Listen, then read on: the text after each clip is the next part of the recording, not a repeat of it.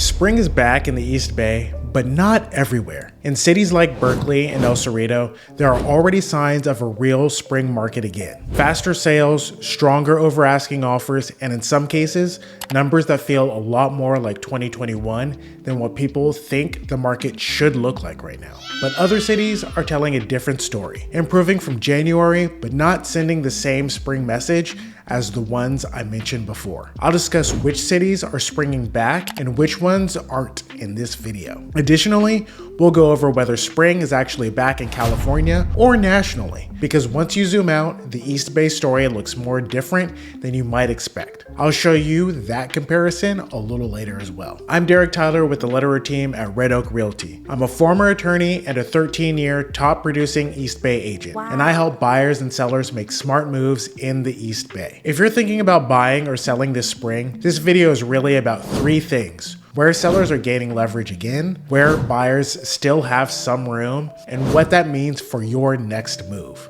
Let's start where spring looks the clearest. In Berkeley and Kensington, Bay East shows 29 detached sales in February, a $1.63 million median sales price, about 20 days on market, and buyers paying 25% over list price on average. Inventory rose to 56 active listings, which is about 1.8 months of supply. So yes, there are more homes out there than in January, but this is still a very competitive market. And the comparison matters. In January, the same market was at 1.487 million, 29 days on market, and homes were selling for 19% over list on average. Back in December, it was 1.480 million and 15% over list on average. February was not just fine, it was a real step up in price strength and buyer aggression. So if you're a seller in Berkeley or Kensington, the takeaway is simple. Buyers are rewarding quality again. If you're a buyer, this is not the market to wing it in.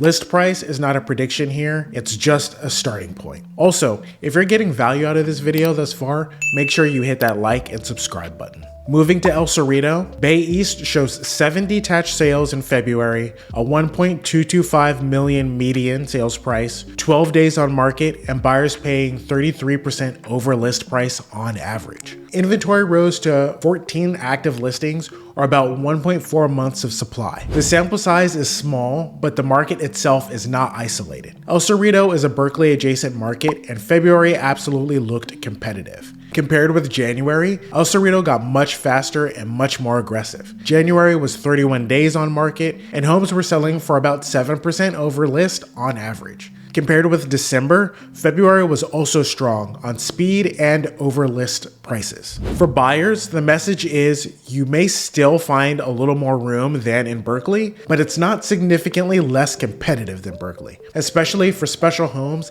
like the one on the screen now, 7981 Terrace Drive. This is listed by Lee Schneider in my office. This home was listed for $1.749 million and sold for a whopping $2.51 million. And for sellers, prep and pricing still matter, but the February data says the market will reward you if you get those right.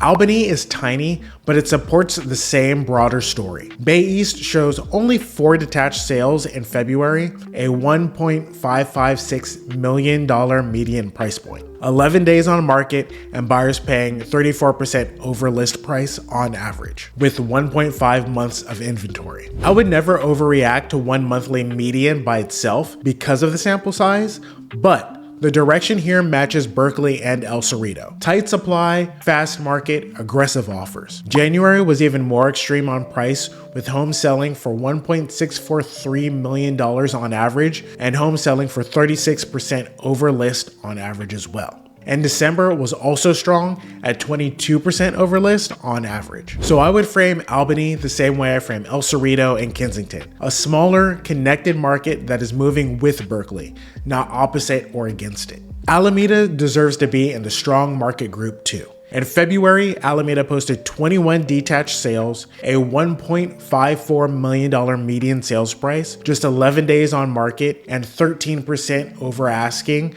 on average, with about 1.1 months of inventory on the market. That is a very strong rebound from January, when Alameda was at 1.287 million, 36 days on market, and homes were selling for about 1% over list on average. It also looks stronger than Q4, where the medians mostly ran from about 1.3 to 1.53 million. But days on market was generally higher than February. So Alameda fits squarely into the spring is back side of the story. So where isn't spring back just yet? Because if Berkeley, El Cerrito, Albany, and Alameda are all the spring is back half of the title, Oakland is where the story shifts. In February, Oakland had 133 detached sales, a $920,000 median sales price, 38 days on market average, and buyers paying 12% over list price on average, with about 2.3 months of inventory on the market. That's clearly better than January, when Oakland was at $705,000 for a median sales price, 42 days on market, and homes were selling for only 3% over list price on average. So yes, Oakland improved, but compared with February 2025, last year, the Oakland median is still lower. $920,000 this February versus $990,000 last February, even though sale list price over asking price is a bit stronger now. So the best way to describe Oakland right now is not cold and not fully back. It's re-accelerating, but unevenly. That usually means the same thing it always means in Oakland. Great homes and strong neighborhoods can move fast and sell well, while homes with deferred maintenance, pricing issues, or just plain oddities can still feel much more negotiable.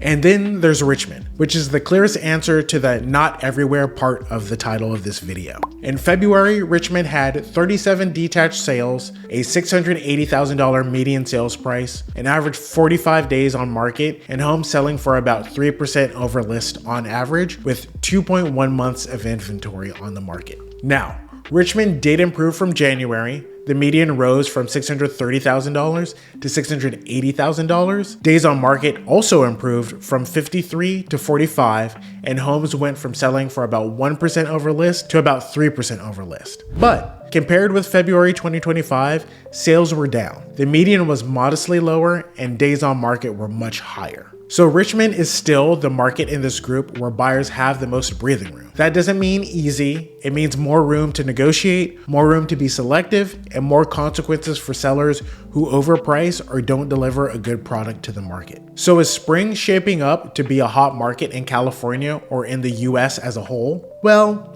not exactly. At least not in the way that the East Bay is. The latest available California statewide sales release is January 2026. The California Association of Realtors reported that statewide existing single-family sales fell to 256,550 homes, down 10.8% month over month and down 1.3% year over year. The statewide median sales price is $823,180, and unsold inventory rose to 4.4 months supply. So statewide, California looked slower and softer than what we just saw in Berkeley, El Cerrito, Albany, and Alameda. But that shouldn't be a big surprise. Nationally, the latest February 2026 existing home sales report from the National Association of Realtors showed just a little over 4 million homes sold, a $398,000 median sales price, and 3.8 months of inventory on the market. Sales were up 1.7% month over month. So the national market definitely isn't dead,